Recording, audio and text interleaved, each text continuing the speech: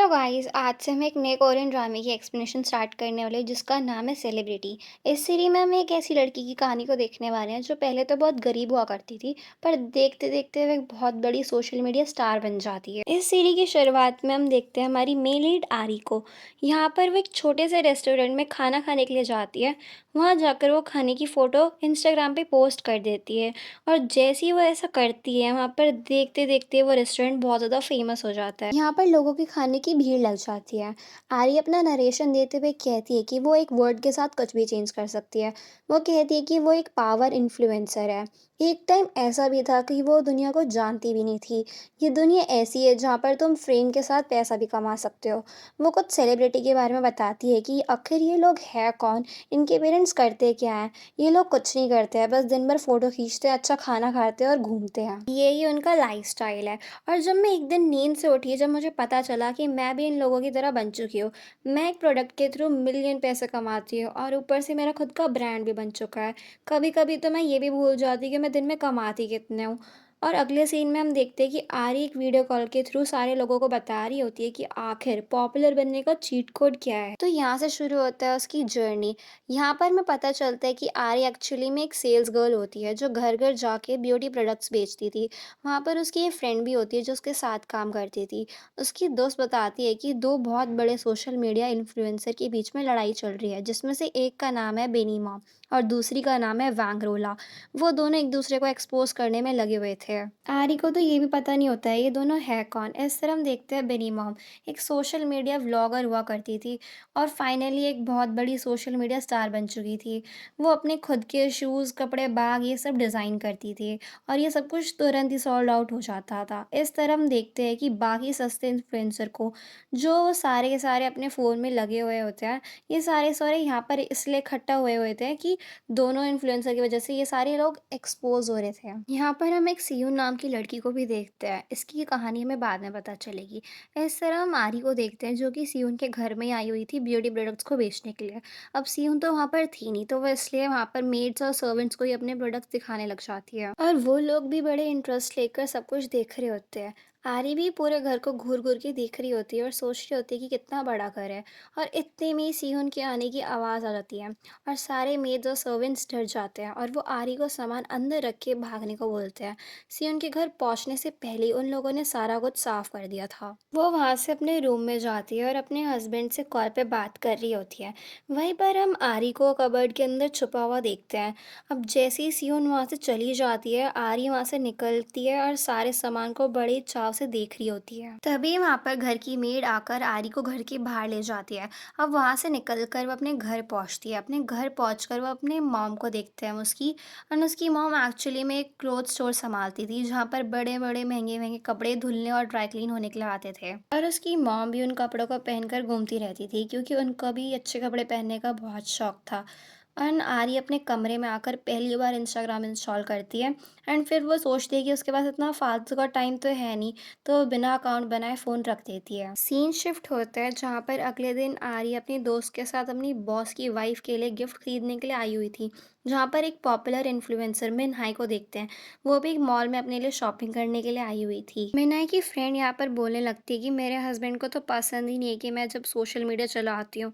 मिनहाई कहती है कि तुम्हारे हस्बैंड तो डॉक्टर है ना, डॉक्टर लोग इन दिनों तो बनना आसान बात है और डॉक्टर लोग तो ज़्यादा कमाते भी नहीं है। मिनहाई यहाँ पर बिनी मॉम पे गुस्सा थी। वो कहती है कि बिनी मॉम ने मेरी रेपुटेशन खराब कर दी है। पहले हम अच्छे दोस्त हुआ करते थे, लेकिन उसने मेरे बारे में गलत गलत चीज़ें सोशल मीडिया पे फैला दी है।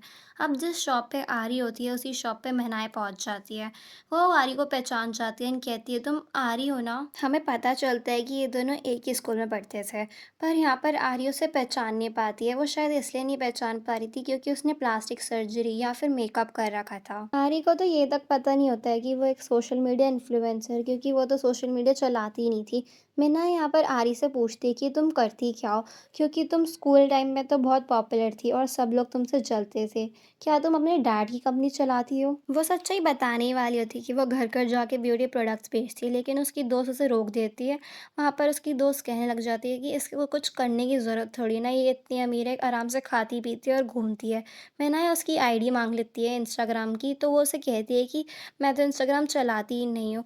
एंड उसकी दोस्त बोलने लग जाती है, आप मुझे इंस्टाग्राम पे फॉलो कर लेना, आप वहाँ पर डीएम कर लेना, मैं आरी तक मैसेज पहुँचा दूँगी। तो मिनाए मन में कहने लगती है कि मैं तुझे फॉलो करूँ, तू है कौन? अगले सीन में हम मिनाए के घर पे देखते हैं, जहाँ पर वो जो कुछ भी कर रही होती है उस चीज़ की फ़ोटो निकाल के सोशल मीडिया पे डाल देती है। यहाँ तक कि वो अपने हस्बैंड की फ़ोटो भी इंस्टाग्राम पे पोस्ट कर देती है। यहाँ पर हम देखते हैं कि उसका हस्बैंड घर के सारे काम कर रहा होता है। मिनाए अभी भी आरी के बारे में सोच रही होती है और अपने हस्बैंड से पूछती है कि क्या तुम्हें आरी याद है?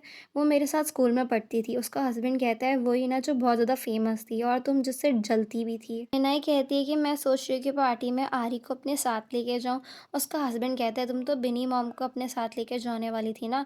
तो मिनाई कहती है कि मैं उसको लेकर तो जाने वाली थी, बट अब लेकर नहीं जाऊँगी क्योंकि उसने मेरी पीठ पीछे बहुत कुछ बुरा बोला है। उसके बाद वो आरी के फ्रेंड को मैसेज कर देती है और आरी को पार्टी में बुलाती है। आरी को तो यहाँ पर पार्टी में जाना ही नहीं था, उसकी दोस्त उसे बहुत ज़्यादा फ़ोर्स करने लगती है। तो आरी कहने लगती है कि मेरे पास तो जाने के लिए कपड़े ही नहीं है, मैं जाऊँगी कैसे? कमरे में आने के बाद आरी को मॉल वाला सीन याद आता है, जहाँ पर मेनाए अपने लिए बहुत ज़्यादा शॉपिंग कर रही होती है। वहाँ से हम फ्लैशबैक के सीन में देखते हैं कि आरी मेनाए एक ही स्कूल में थे। वहाँ पर आरी एक बैग को फेंक रही होती है, तो मेनाए कहती है इसे फेंक क्यों रही हो, मैं रख लेती हूँ उसे। प्रेज़ेंट सीन में आरी सोच रही होती है वो लड़की उसका फेंका हुआ सामान ले लेती थी, आखिर वो इतनी अमीर कैसे हो गई?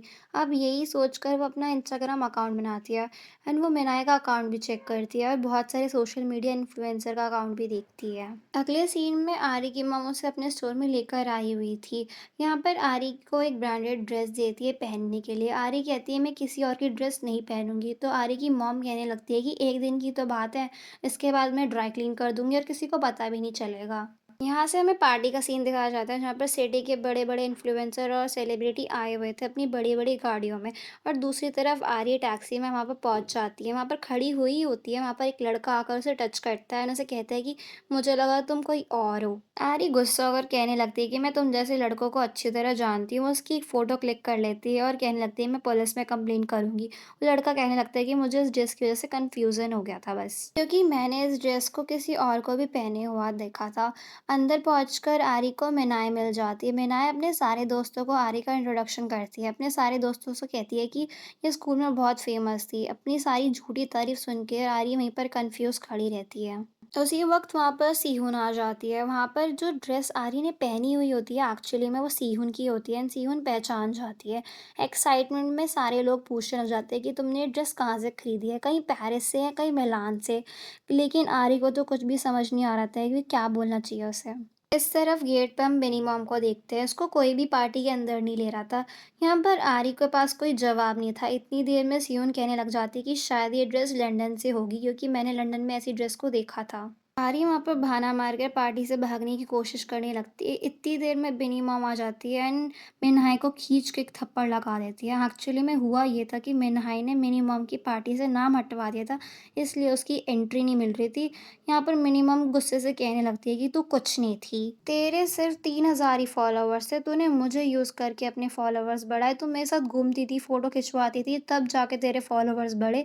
मैं नहीं होती ना तू यहाँ तक कभी नहीं पहुँच पाती। यहाँ पर आरी एक लेसन सीखती है कि पॉपुलर बनने का सबसे बड़ा चीट कोड है कि पैरासाइट बन जाओ।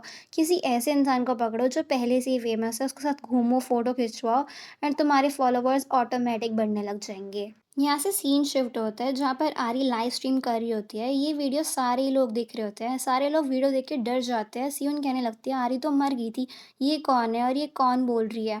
वीडियो में आरी बोलने लगती है कि तुम लोगों को तो यही लग रहा था ना कि मैं मर गई हूँ।